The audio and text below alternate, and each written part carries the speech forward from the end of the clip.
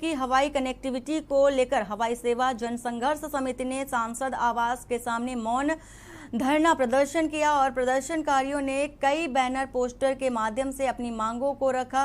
प्रदर्शनकारियों ने बताया कि लंबे संघर्ष के बाद बिलासपुर से हवाई सेवा शुरू तो हुई, लेकिन महज 1-2 उड़ान से अभी खानापूर्ति की जा रही है, जबकि बिलासपुर से महानगरों की कनेक्टिविटी की सख्त जरूरत महसूस की जा रही है। और प्रदर्शनकारियों ने महानगरों से एयर कनेक्टिविटी की मांग को दोहराते हुए कहा कि अभी हम शांतिपूर्ण तरीके से अपनी मांग को रख रहे हैं, आगे आंदोलन को और ज्यादा उग्र कर सकते हैं।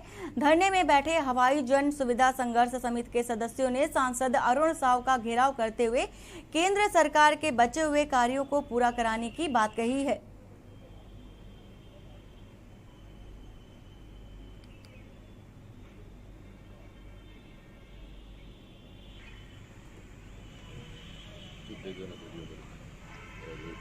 देखिए, पिछले साल 1 मार्च को जब बिलासा एयरपोर्ट प्रारंभ हुआ था, उस दिन से आज तक कोई नई फ्लाइट नहीं चली है। वो एक जो उद्घाटन वाली फ्लाइट थी वही चल रही है।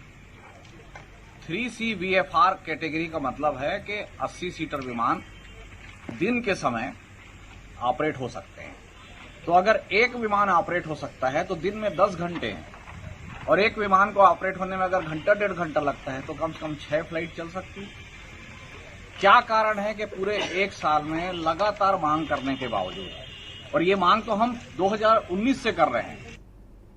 बिलासपुर में एक महिला एनजीओ की आड़ में सेक्स रैकेट चला रही थी और शुक्रवार को पुलिस ने दबिश देकर 4 महिला और एक युवक को गिरफ्तार कर लिया है। उनके खिलाफ पीटा एक्ट के तहत कार्रवाई की जा रही है और घटना सरकंडा थाना क्षेत्र की है। पुलिस को पिछले कुछ दिनों से सूचना मिल रही थी कि सरकंडा के बंगाली पारा में एक महिला अपने मकान में सेक्स रैकेट चला रही है और उसके घर में दूसरे मोहल्लों की महिलाएं और युवक आते हैं। सूचना को पुलिस ने पहले पुख्ता किया, फिर शुक्रवार को योजनाबद्ध तरीके से पॉइंटर बनाकर एक युवक को भेजा गया। इसके बाद पुलिस ने वहां छापेमारी की। पुलिस वहां पहुंची तब 3 महिलाएं मिली। वहीं एक युवक और महिला दूसरे कमरे में आपत्तिजनक स्थिति में भी पाए गए।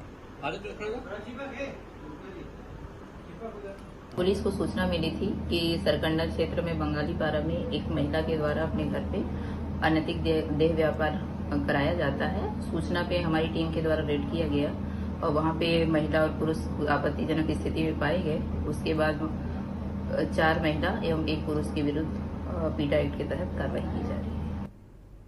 बेमेतरा पीजी कॉलेज के प्राचार्य पीपी चंद्रवंशी ने संवेदनशीलता दिखाई है और बीए अंतिम वर्ष की नियमित दिव्यांग छात्रा कुमारी पुष्पा साहू की मुख्य परीक्षा फीस जमा कर परीक्षा में शामिल होने में मौका दिलाया है। बता दें कि 7 मई से दुर्ग विश्वविद्यालय की बीए प्रथम, द्वितीय व अंतिम वर्ष की परीक्षा प्रारंभ हो रही है और जिसके लिए छात्र एडमिट कार्ड लेकर उत्तर पुस्तिका प्राप्त करने संबंधित महाविद्यालय पहुंचे। और इसी बीच महाविद्यालय की बीए अंतिम वर्ष की नियमित छात्रा पुष्पा साहू महाविद्यालय पहुंची, जहां एडमिट कार्ड नहीं निकलने की समस्या महाविद्यालय प्रबंधन को बताई, जिसके जांच करने पर पता चला कि छात्रा की वार्षिक परीक्षा फॉर्म जमा किया गया था, लेकिन फीस जमा नहीं होने के कारण छात्रा की एडमिट कार्ड नहीं निकल रहा है, जिसकी जानकारी महाविद्यालय के प्राचार्य पीपी चंद्रवंशी को दी गई और जिस पर प्राचार्य ने दिव्यांग छात्रा पुष्पा साहू से पूरी जानकारी ली और मुख्य परीक्षा में बैठने का मौका दिलाया। छात्रा ने मुख्य परीक्षा होने पर इस मौके के लिए प्राचार्य को हृदय से धन्यवाद भी किया है।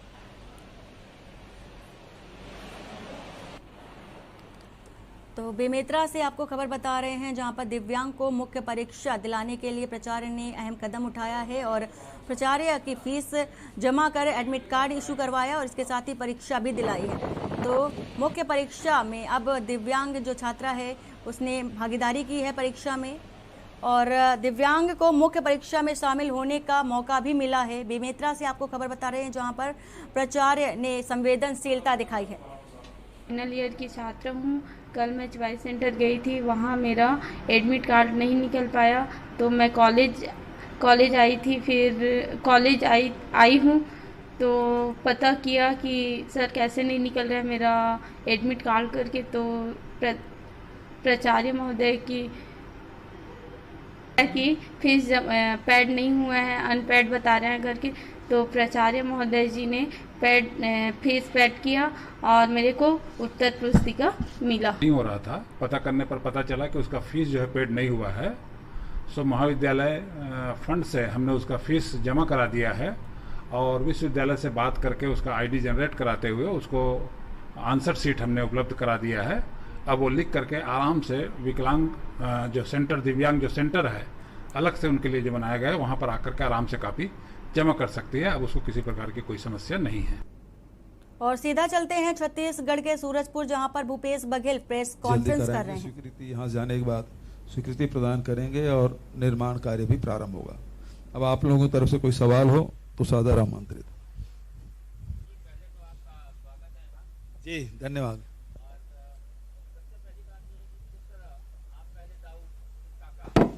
जनता के बीच में आप नायक के भूमिका के रूप में सामने आ रहे हैं और आपकी चर्चा सब जगह हो रही है, आप कैसा महसूस कर रहे हैं? मैं तो वही हूँ भूपेश बघेल। अब जिस रूप में देखना चाहें वो देखें। कभी प्यार से कोई काका बोल देते हैं, कोई भैया बोलते हैं, कोई और संबोधन करते हैं। ये सब प्यार के संबोधन हैं। और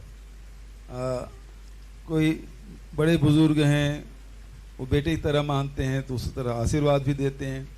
बहनें खूब भैया करके लाड़ प्यार भी करते हैं। बच्चे लोग काका करके बुला रहे हैं। तो ये मेरे लिए मैं समझता हूँ कि ये प्यार की भाषा है और मैं इसे स्वीकार करता हूँ। आज आपका तीसरा दिन है सूरजपुर जिले में और जिस तरह आप दौरा कर रहे हैं, आप लोगों की समस्या सुन रहे हैं और आपके द्वारा त्वरित कार्रवाई भी की जा रही है, आपको कैसा लग रहा है कि आपकी जो योजनाएं हैं सरकार की, उसको अधिकारी कितना गंभीरता से ले रहे हैं और क्रियान्वयन किस तरह हो रहा है? देखिए, बहुत सारे अधिकारी कर्मचारी हैं, बहुत निष्ठापूर्वक काम कर रहे हैं और यही कारण है कि हमारी योजनाएं धरातल में दिखाई पड़ रही। लेकिन कुछ अधिकारी कर्मचारी हैं जो लापरवाही हैं और उसके कारण से आम जनता को उसे परेशानी का सामना करना पड़ रहा है। तो जो शिकायतें मिलती है और वाजिब पाने पर उसे फिर कार्रवाई भी हम लोग कर रहे हैं। सर, आप इतनी घोषणाएं कर रहे हैं, इसको आप किस तरह पूरा करेंगे? हमारी वैसे लगातार चल रही योजनाएं हैं, उसके माध्यम से विभाग में फंड्स हैं, उसके माध्यम से, और जहां जरूरत पड़ेगी तो अभी जो सप्लीमेंट्री बजट है, मुख्य बजट है, जब आएगा तो उसमें शामिल कर लेंगे। आपने सर प्रतापपुर में शिक्षा मंत्री जी को जैसा कहा कि ग्राम पंचायतों की समस्याएं हैं और उनको सुनना चाहिए, उस बारे में मतलब क्या कहना था आपका? जी, शिक्षा मंत्री जी को आपने कहा था ग्राम पंचायतों में ध्यान देने की जरूरत है। प्रतापपुर में शिक्षा मंत्री जी को आपने कहा था पंचायतों में ध्यान देने की जरूरत है, उधर ध्यान दीजिए। मुझे ऐसा याद नहीं आ रहा है कि किस पर्टिकुलर कोई विषय हो तो बता दीजिए। दूसरा कोई सवाल?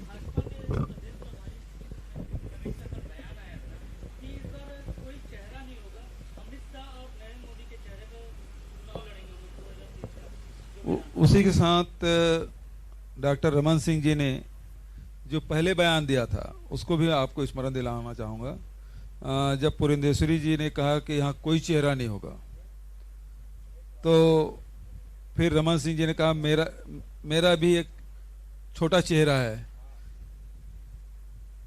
अब रमन सिंह जी ये कह रहे हैं कि मोदी जी बड़ा चेहरा है।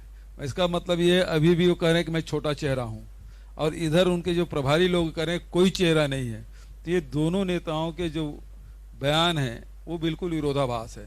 रमन सिंह छोटा चेहरा ही सही, लेकिन वो अपना दावा छोड़ नहीं रहे हैं, और जो केंद्रीय नेतृत्व भारतीय जनता पार्टी का वो कहते हैं कि कोई चेहरा नहीं होगा।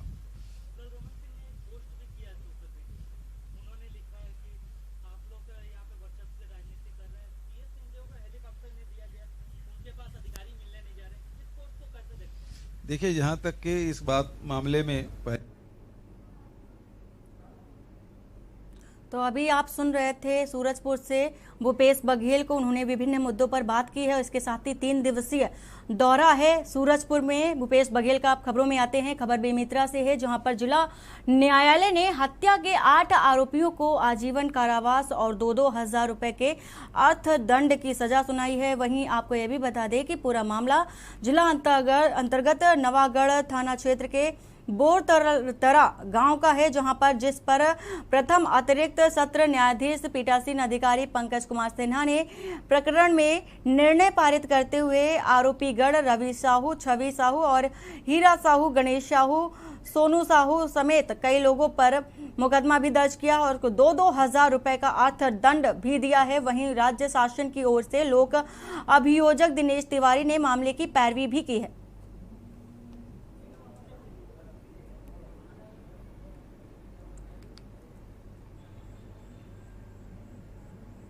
इसके पूर्व बोरतरा थाना नवागढ़ निवासी सतवंतिन भाई के पुत्र रोहित को ग्राम का ही हीरा साहू अपने साथ मोटरसाइकिल में घुमाने ले गया था और सतवंतिन भाई ने हीरा साहू के लड़के भुवनेश्वर से कहा, तुम्हारे पिता लॉकडाउन के समय मेरे बेटे को ले गया है, कुछ होगा तो तुम लोग जवाबदार रहोगे।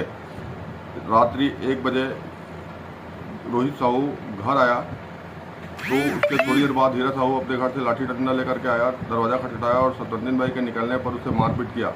उसकी सूचना सतवंतिन भाई ने सरपंच को देने उसके घर गई थी। जब वापस लौट कर आ रहे थे तो रवि, छवि, हीरा एवं अन्य सभी कुल 8 अभियुक्तों ने मिलकर सतवंतिन भाई, रोहित एवं परसराम से मारपीट किया।